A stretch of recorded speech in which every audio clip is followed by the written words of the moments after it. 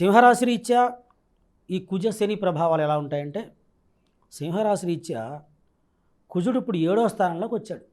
7వ స్థానం అంటే సంపాదన, ఆకర్షణ, వివాహము, గొడవలు, గండాలు స్థానం. అంటే పెళ్ళి ఒకటే కాదు, పెళ్ళి పక్కన ఎన్ని ఉంటాయి? సంపాదన ఉంటుంది, జనాకర్షణ ఉంటుంది, ఆ తర్వాత ఆరోగ్య లోపాలు ఉంటున్నాయి, ఆకర్షణ తగ్గుతోంది. ఇదంతా సప్తమ స్థానం, కలత్ర స్థానం అన్నారు.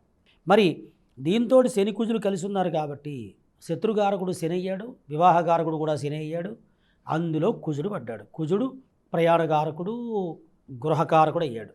కాబట్టి ఈ సంవత్సరం సింహరాశి వాళ్ళు ఖచ్చితంగా గృహం కొనే అవకాశం ఉంటుంది, ఖచ్చితంగా ఇల్లు కొంటారు. కాబట్టి ఈ ఇల్లు కొంటారని చెప్పడం అంటే అర్థం ఏంటి? ఇల్లు ఇచ్చే గ్రహం వీళ్ళకి కుజుడు అయ్యాడు కాబట్టి. విద్యలో ఎవరైనా విద్యార్థులు ఎవరైనా విద్యలో ఆటంకాలు కలుగుతూ ఈ సింహరాశిలో ఉన్నారనుకోండి, ఈ కుజుడికి చేసుకోవాలి. కుజుడికి పూజ చేయడం ద్వారా, కుజుడికి దానం, కందులు దానం చేయడం ద్వారా, అలాగే కుజ జపాలు చేసుకోవడం ద్వారా విద్యార్థులకు, తర్వాత వాళ్ళ నాన్నగారికి కూడా బాగుంటుందన్నమాట. అంటే పితృకారకుడు ఈ సింహరాశి వాళ్ళకి కుజుడే, ఇది అర్థం. ప్రాపర్టీ ఖర్చు పెట్టకుండా ఉంటారు, ప్రాపర్టీ పెంచుతారు. కాబట్టి వీళ్ళు ఈ సింహరాశి వాళ్ళు ఆదిత్య హృదయ పారాయణ చేసుకుంటూ సౌరహోమం చేయించండి, తప్పకుండా మీకు విద్యలో ఆటంకాలు లేకుండా ఉంటాయి. ఎవరైనా చదువు కోసం విదేశాలు వెళ్ళాలనుకునే వాళ్ళు ఎవరైనా సింహరాశిలో వాళ్ళు ఉంటే, ఉంటారు, చాలామంది ఉంటారు, ఇల్లు కొనుక్కునే వాళ్ళు ఉంటే నేను చెప్పినటువంటి రెమెడీ చేయండి.